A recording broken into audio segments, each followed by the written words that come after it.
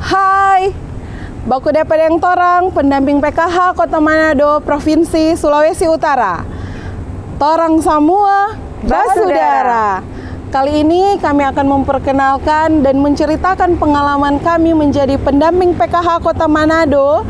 Saat ini saya bersama dengan teman-teman pendamping PKH Kota Manado. Nama saya Mercy Sutria Rumincap, saya pendamping Kecamatan Wanea, Kelurahan Ranotana Weru, dan Kelurahan Wanea. Saya mendampingi 250 KPM PKH sejak dari 2016. Di sebelah saya ada senior saya. Silakan Kak. Hai, nama saya Yunita Dewi Kartika. Sekarang ini saya mempunyai wilayah dampingan di Kecamatan Pal2, Kota Manado, dengan jumlah KPM 223. Namun sebelumnya di tahun 2008 saya mendampingi KPM di wilayah Bunaken Kepulauan. Oke, sekarang halo, perkenalkan nama saya Jacqueline Kaligis. Saya pendamping PKH di Kecamatan Malayang, Kota Manado, Provinsi Sulawesi Utara. Saat ini saya mendampingi ada 231 KPM. Itu tersebar di dua kelurahan, Kelurahan Malayang 1 dan Malayang 2 di Kecamatan Malayang.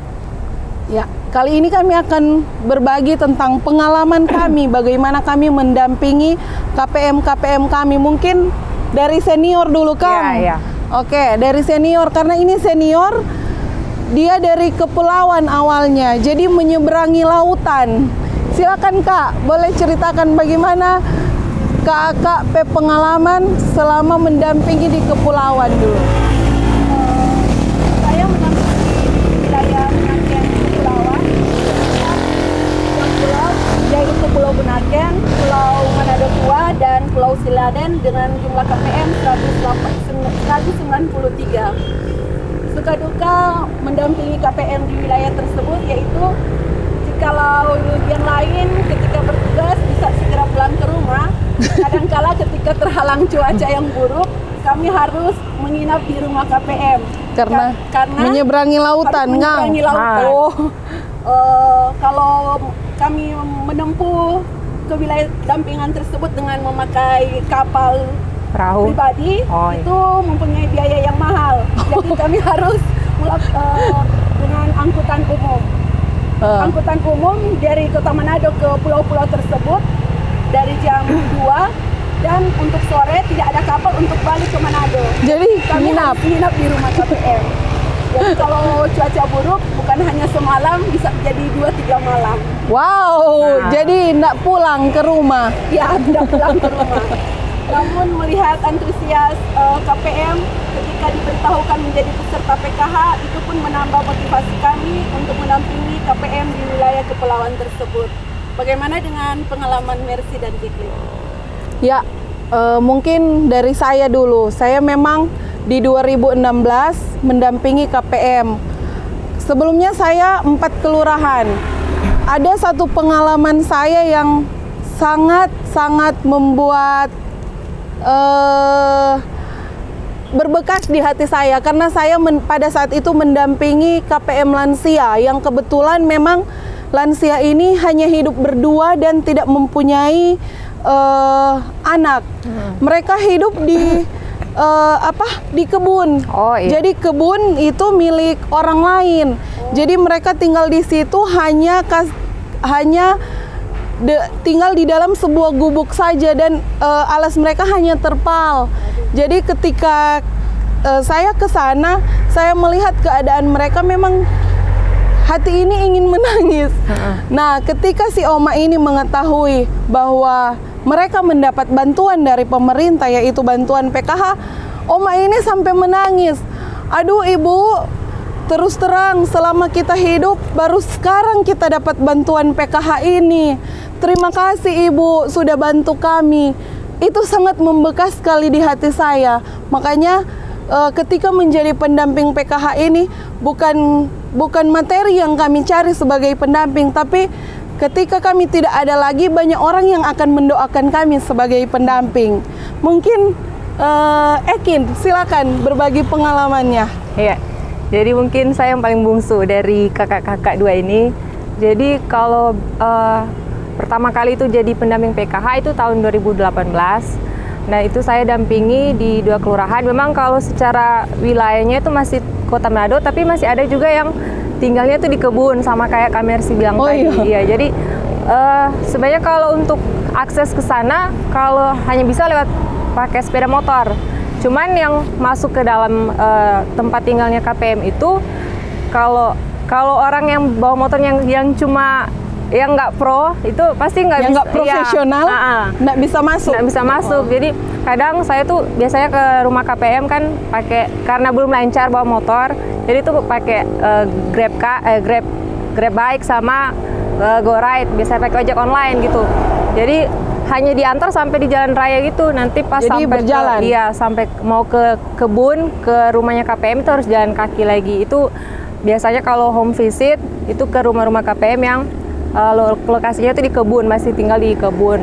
Terus suka duka ini kayak seperti lebih ke tantangan sih kalau buat saya. Jadi ada memang mendampingi KPM itu bukan hanya 1-2 KPM, tapi ini ada ratusan KPM dengan berbagai karakter itu beda-beda. Jadi kalau pintar-pintarnya saya aja itu mau menghadapi mereka, ketika mau ada yang mengeluh, ada yang kasih keluhan tentang bantuan PKH, itu pintar-pintarnya saya aja untuk menghadapi karakter dari setiap ibu-ibu tuh seperti apa gitu. Bahkan ini boleh cerita sedikit. Iya, pengalaman. Iya. Silakan. Jadi ada tuh kejadian hari Sabtu pagi. Sebenarnya saya tuh masih tidur di rumah. Terus tiba-tiba ada KPM yang datang ke rumah karena memang saya tinggal itu di kelurahan yang kebetulan juga wilayah dampingan saya gitu. Jadi ada KPM yang ke rumah, tapi saya masih tidur waktu itu. Jadi dibangunin sama mama saya, Kin bangun, ini ada ibu KPM yang nyariin gitu. Jadi mau nggak mau walaupun masih ngantuk, jadi cuman harus bangun. Iya, harus bangun. Cuci muka aja sama ganti baju. Iya. Terus langsung ngelayanin si ibu KPM, dan waktu itu yang datang udah lansia, udah 71 tahun. Jadi memang langsung tanya alasannya kenapa ke rumah gitu, karena mereka kan kalau yang lain yang nggak punya handphone pasti langsung ke rumah karena udah sebagian udah tahu rumah pendampingnya gitu. Jadi memang ada banyak juga yang suka bahkan sampai curhat-curhat masalah keluarga mereka ke pendamping. Jadi turut merasakan juga sih apa yang dialami oleh ibu-ibu pengalaman KPM. kita juga, karena ketika menjadi pendamping kami bukan hanya mengurusi bantuan mereka saja, tapi kami juga bisa menjadi tempat curhat untuk mereka. Ketika mereka mempunyai masalah atau ketika mereka mempunyai, bahkan saya pengalaman pribadi juga ada suami istri yang bertengkar, istrinya mencari saya untuk mencari solusi. Terkadang kan begitu, Kak. Dia percaya sama sampai pendamping. maksudnya sampai urusan keluarga mereka juga mereka curhat ke kita. Jadi pintar-pintarnya kita saja bagaimana untuk memberikan mereka solusi atau memberikan mereka bantuan lah, bantuan penguatan begitu. Ya, jadi berarti sama dong pengalaman ataupun motivasi yang kita berikan kepada KPM kita masing-masing. Jadi KPM tidak hanya diarahkan, diberikan penjelasan tentang syarat dan kewajiban sebagai peserta PKH, bahkan kita menjadi konsultan keluarga. Iya, betul. Bisa menjadi konsultan. Juga kan tugas utama kita adalah memotivasi setiap KPM agar supaya mereka nggak cuma menerima bantuan saja, tapi memotivasi mereka untuk bisa keluar dari mandiri. Jadi mereka keluar dari kemiskinan mereka, karena pengalaman saya ada satu KPM yang graduasi mandiri itu, Kak. Dia memang punya usaha. Kebetulan punya usaha catering dan punya usaha jual beli kue kering. Dan kebetulan kemarin sudah diapresiasi oleh Ibu Menteri. Oh, luar biasa. Iya, Mantap. PKH hebat. Nah, itu menjadi motivasi juga bagi KPM-KPM yang lain ketika mereka masih kuat, masih bisa berusaha. Nggak ada salahnya mereka untuk datang ke kita, Bu, kita mau graduasi mandiri, Jo, Kang, supaya masih ada orang-orang lain yang lebih layak untuk dapatkan bantuan ini. Begitu. Kesempatan. Iya, membuka kesempatan kepada orang lain yang memang layak untuk mendapatkan bantuan ini. Jadi mereka graduasi mandiri saja. Kak Nita, mungkin di kepulauan, suka dukanya ketika mendampingi KPM itu, maksudnya turun-turun ke rumah, kan Kak Nita pegang 3 pulau. Jadi ketika turun, sehari itu langsung ke pulau-pulau atau nginap dulu di pulau yang satu atau bagaimana?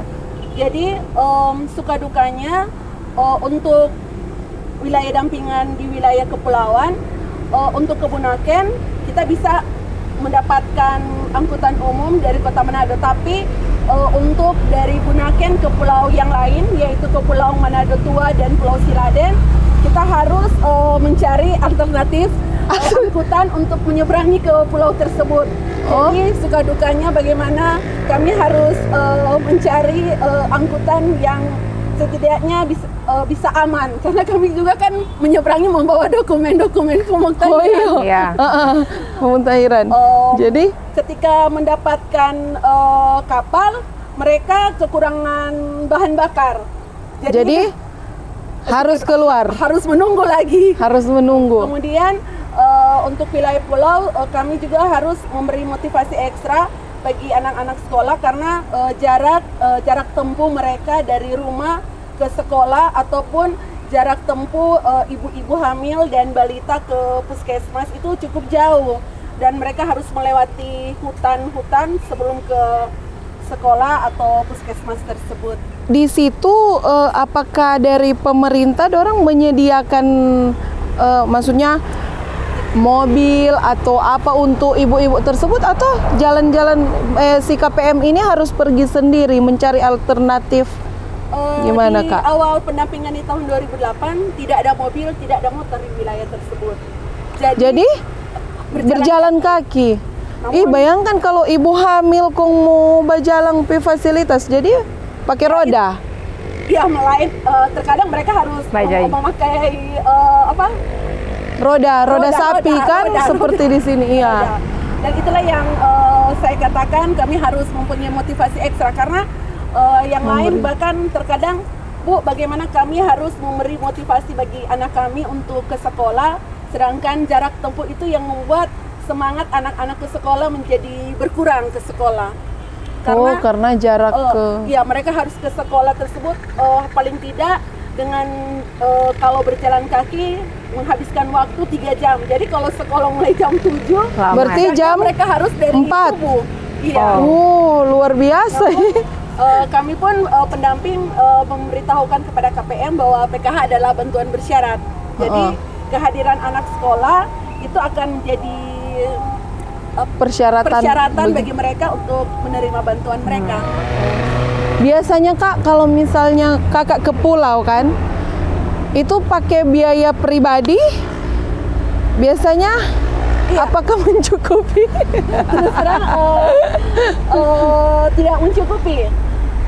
Pada awalnya tidak mencukupi, namun kemudian ketika pemerintah kecamatan mendapatkan bantuan kapal, kami berkoordinasi dengan pemerintah setempat sehingga kami bisa menumpang dengan pegawai kelurahan atau kecamatan yang pergi ke pulau-pulau tersebut. Berarti dari pemerintah memberikan fasilitas juga, Kang, mendukung dengan koordinasi dari pendamping. Oke. Dari Ekin, mungkin Ekin kan cuma di daratan toh. Suka duka jadi pendamping. Kalau suka duka mungkin lebih banyak sukanya. Lebih banyak suka. Karena memang kalau dari wilayah dampingan tidak sesulit Ekstrim, sesulit. Kak Nita karena hanya di daratan saja ya. Jadi selama jadi pendamping PKH itu yang sama kayak saya bilang tadi, itu banyak terima keluhan-keluhan, ada banyak bahkan sampai yang curhat tadi. Bahkan saya sendiri juga karena jujur untuk mendampingi banyak orang itu, ini adalah yang pertama kali yaitu kerja di PKH di Kementerian Sosial, karena untuk berinteraksi dengan ibu-ibu yang sebenarnya saya sendiri juga belum jadi ibu-ibu, jadi ada tantangan sendiri. Terus ada dengar tantangan curhat sendiri, dari iya. ibu-ibu yang sudah menikah, Iya, Kang. apalagi terkadang kayak jadi ini layak nggak ya saya mau kasih nasihat ke ibu-ibu, sedangkan saya sendiri belum menikah, iya, belum berpengalaman. Tapi itu lagi kembali ke pintar-pintarnya saya aja ya, untuk kasih pemahaman dari yang saya dapat selama dibekali jadi pendamping PKH. Itu kan ada di P2K2 juga yang sudah kita lakukan. Terus sukanya juga saya juga lebih tahu apa kegiatan sehari-hari yang ibu-ibu lakukan. Jadi kalau udah pertemuan kelompok kan itu pasti ada saja yang mereka ceritakan, entah kegiatan di rumah bersama dengan suami anak, atau mungkin kehidupan bertetangga. Itu jadi banyak tahu apa yang mereka lakukan setiap hari. Iya. Berbicara tentang P2K2, ya saya juga mempunyai pengalaman tentang P2K2 ini. Ketika saya memberikan pertemuan peningkatan kemampuan keluarga ini kepada KPM PKH, banyak juga yang termotivasi, misalnya ketika mendidik anak, karena kebanyakan KPM mungkin dari kecil hidup mereka sudah dididik dengan keras. Pada saat mereka mendidik anak mereka juga perlakuan seperti yang mereka dapatkan waktu kecil itu yang mereka aplikasikan ke anak-anak mereka. Tapi ketika mereka mendapatkan P2K2, cara mendidik anak dengan baik, kami pendamping memberikan bagaimana tips dan trik-trik sebagai orang tua untuk mendidik anak. Ada beberapa KPM yang datang kepada saya pada awalnya ketika anak mereka nakal, kan biasa KPM begitu toh, langsung bataria, hei jangan. Nah, ketika diberikan pemahaman, ketika diberikan trik-trik, ada beberapa KPM yang menjadi sadar, ternyata perlakuan mereka kepada anak-anak mereka itu tidak baik, dan mereka mulai mengaplikasikan apa yang mereka dapat di P2K2. Oh iya nih, kita kan beberapa waktu lalu itu ada pendamping teladan berprestasi. Pendamping berprestasi di Kota Manado, dan kebetulan pendamping berprestasinya ini ada di sini, ini Kak Mercy nih. Jadi Kak Mercy kira-kira boleh ceritakan nggak sedikit kira-kira trik-trik apa atau kiat-kiat apa sampai bisa jadi pendamping berprestasi nih? Iya. Cerita-cerita yang juga bisa memberi motivasi bagi kami. Siapa tahu kita juga kan bisa tiru gitu. Iya. Awalnya Kak, terus terang saya kaget ketika di grup PKH Sulut ada nama saya sebagai pendamping berprestasi, karena saya memikirkan hanya bekerja saja, bagaimana memberikan motivasi kepada KPM, bagaimana merubah perilaku KPM. Karena berdasarkan pengalaman saya, ada beberapa KPM yang graduasi mandiri, juga ada saya melaksanakan P2K2. Di situ ada memang KPM yang perilakunya seperti yang saya katakan tadi, cara mendidik anaknya itu mulai berubah. Yang dari awal-awalnya berteriak, sekarang dia sudah dia bisa mengaplikasikan dengan cara yang lebih baik untuk mendidik anak. Juga saya menggraduasi KPM dengan memberikan motivasi bahwa ketika kita memberi, mungkin bukan dengan uang yang kita berikan, tapi ketika kita memberikan kesempatan kepada orang lain, itu juga bisa berbagi. Artinya kita menolong orang lain walau tidak secara materi. Iya. Oke, mantap sekali. Iya. Jika kita bisa merubah pola pikir. Itu saja sih trik-trik saya sebagai pendamping, karena saya juga tidak kepikiran mendapatkan penghargaan ini sebagai pendamping berprestasi, karena yang saya lakukan hanya bekerja, memotivasi, juga memberikan kepercayaan diri kepada KPM bahwa mereka harus bisa terbebas dari kemiskinan ini. Mereka jangan hanya menengadah tangan aja, tapi berharap pada bantuan pemerintah, tapi mungkin memberi kesempatan kepada orang lain ya.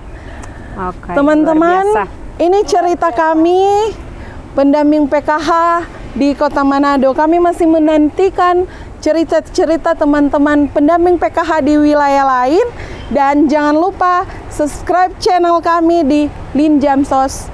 Oke. Dadah. Dadah.